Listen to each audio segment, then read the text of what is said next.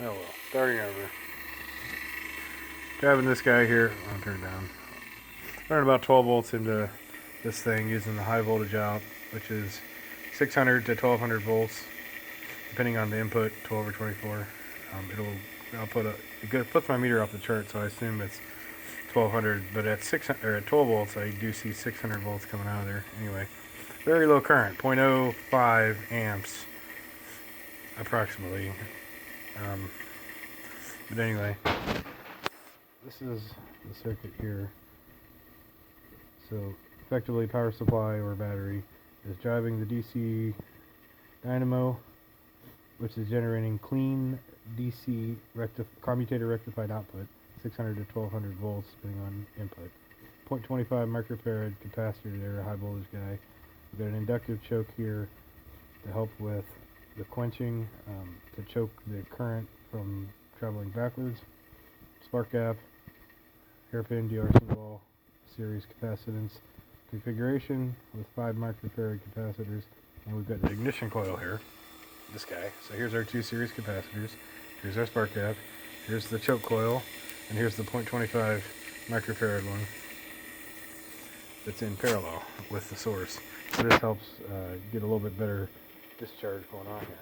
The interesting thing is that nothing happens when the spark is not arcing. There's nothing going on this side of the circuit. There's all kind of voltage here, but there's no difference in potential here between these two. I can arc it directly across, no sparks, nothing. There's nothing that happens until the spark gap fires. When that spark gap fires, right here, a huge surge of energy starts sloshing back and forth here, which is perhaps indicative of stationary wave flow. We don't know. But I've had different loads here. I've had a little 40 watt bulb that I've had that guy there.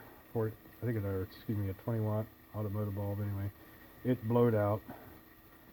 It was too much. It was arcing. You can see that it lights up the filament fine to incandescence, but it also has a high voltage blue arc that would jump across it, and that I fried the filament. But anyway, I've got this guy here, and as you can see, the output is so ridiculous, it's burning a track down the side of it.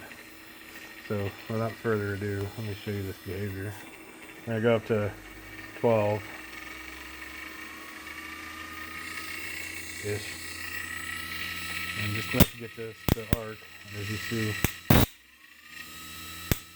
bogs the motor down just a little bit every time it arcs. I was hoping to alleviate that with more series capacitance here, but that actually doesn't help anything through. You see the amount of output on here.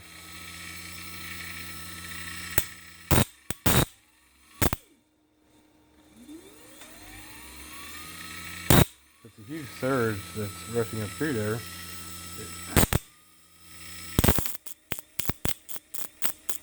Oh, look at that. You see the plasma.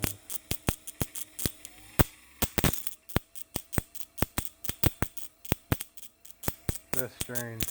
It must be coming from the center, but yeah. I put an MOT on there. It just arcs to the core. It's too much. See if I can actually if I put this spark gap here in parallel, see what happens. You begin to have a more relaxation effect. The spark gap's hooked up effectively, but we get very timed, strong pulses. So let's go up to 24 and back that out some.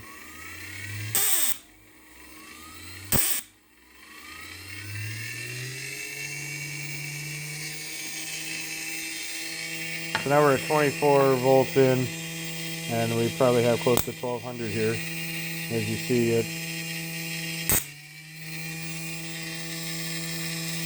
still not quite choked enough. You can still tell there's a little bit of current that wants to connect in there, but when this does arc,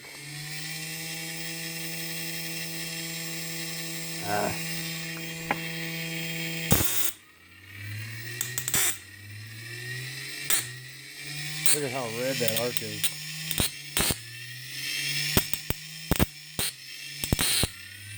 See if I can zoom in here real quick.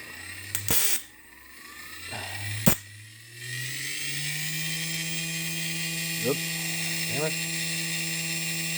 Now it's not going to do it.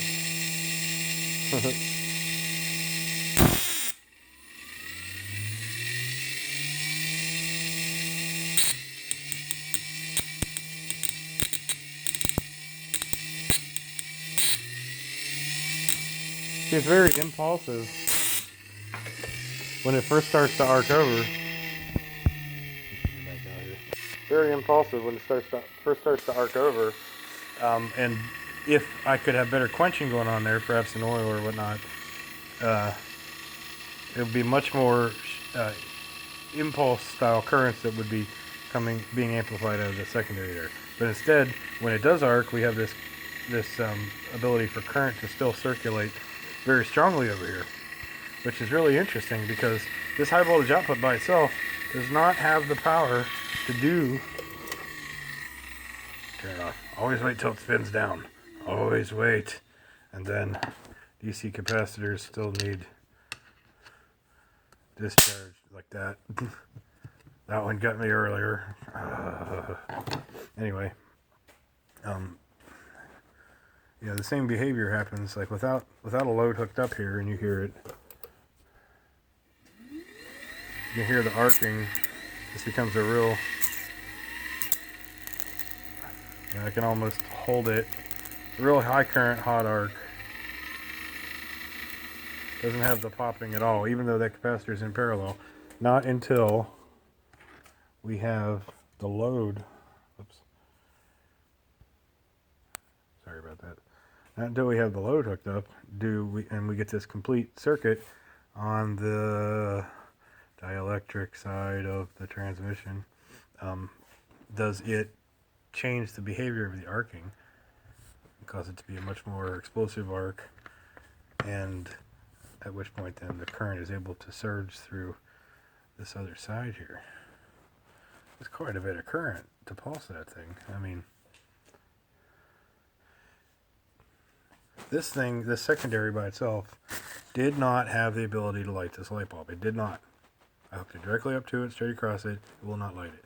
The second commutator here, which is I think matches the input, so 12 or 24, I end up approximately getting out of it, and it's got a lot higher current. So that one does light this bulb so bright it almost blew it out if I would have kept going. But in the end, it was the high voltage side, which has hardly any current output, that can't light this by itself. Once perhaps staged and oscillated and done that thing through the load. Well, when this was the load, it lit up very bright, so bright that it blew up. Very interesting. But yet, the 50 watt, this is a 50, it will not light at all, or it's already blown. Maybe I should have checked that. I have more. It's pretty neat, huh? This amount of energy is on this side of the circuit that starts happening when that spark's arcing. So if we had precision commutation or precision or better quenched gaps on this, we could certainly begin to work with affecting what frequency that is happening at.